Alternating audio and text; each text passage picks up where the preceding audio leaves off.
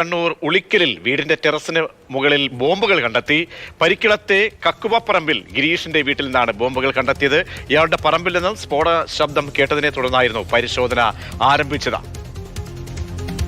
Felix ചേരുന്നുണ്ട്, വിവരങ്ങൾ നൽകാം. ഫെലിക്സ്, ഇത് കണ്ണൂരിൽ ഏത് ഭാഗത്താണ് ബോംബുകൾ കണ്ടെത്തുന്നത്? നേരത്തെയും ഇത്തരം സംഭവങ്ങൾ ഉണ്ടായിട്ടുണ്ട്. എന്താണ് പോലീസിന് ലഭ്യമാകുന്ന വിവരങ്ങൾ? പ്രതീക്ഷ, ഇന്ന് രാവിലെ 9 മണിക്കാണ് കണ്ണൂർ ഉളിക്കലിൽ CPM അനുഭാവിയായ ഒരാളുടെ വീടിന്റെ മുകളിൽ ഈ ബോംബുകൾ, ടെറസിൽ ബോംബുകൾ കണ്ടെത്തിയത്. ഈ 9 മണിയോടുകൂടി ഈ വീട്ടിലെ പറമ്പിൽ നിന്ന് ഉഗ്ര സ്ഫോടന ശബ്ദം കേട്ടു.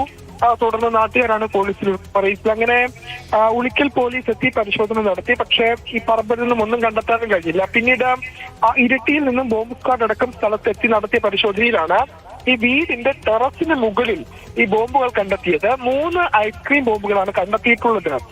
മൊത്തം 4 ബോംബുകൾ ഉണ്ട് എന്നാണ് സംശയിക്കുന്നത്. അതിലൊരു ബോംബ് ഈ ടെറസിൽ നിന്നും പറമ്പിലേക്ക് വീണ സമയത്ത് പൊട്ടിയതാകാം എന്നതാണ് പോലീസിന്റെ ഇപ്പോഴത്തെ നിഗമനം. ഗിരീഷ് എന്ന വ്യക്തിയാണ് പരിക്കളത്തെ കക്കുവപ്പറമ്പിൽ. ഗിരീഷിനെ പോലീസ് കസ്റ്റഡിയിൽ എത്തിയിട്ടുണ്ട്. ഇയാൾ CPM അനുഭാവിയാണ്. നേരത്തെ ഇയാൾ BJP പ്രവർത്തകനായിരുന്നു.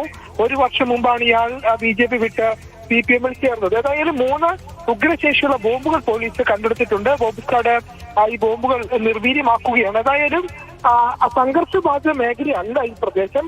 എന്തുകൊണ്ട് ഇയാൾ ബോംബുണ്ടാക്കി, എന്താണ് ബോംബുണ്ടാക്കാനുള്ള പ്രധാനപ്പെട്ട കാരണം തുടങ്ങിയ കാര്യങ്ങളെ കുറിച്ചൊക്കെ തന്നെ പോലീസ് അന്വേഷിച്ചു വരികയാണ്. കണ്ണൂർ ഉളിക്കൽ എന്ന് പറഞ്ഞാൽ മലയോര മേഖലയാണ്. അത്തരം ഈ സംഘർഷം ഒന്നും തന്നെ ഇല്ലാത്തൊരു മേഖലയിൽ എന്തിന് ഇയാൾ ബോംബുണ്ടാക്കി എന്ന കാര്യത്തിലൊക്കെ തന്നെ വിശദമായ അന്വേഷണം ഇപ്പോൾ പോലീസ് നടത്തുകയാണ്. ശരി, ഫെലിക്സ് ആണ് വിവരങ്ങൾ നൽകിയത്. കണ്ണൂരിൽ വീണ്ടും ബോംബ് കണ്ടെത്തിയിരിക്കുന്നു. ഗിരീഷ് എന്നയാൾ CPM അനുഭാവിയാണ് എന്നാണ് അറിയാൻ കഴിയുന്നത്.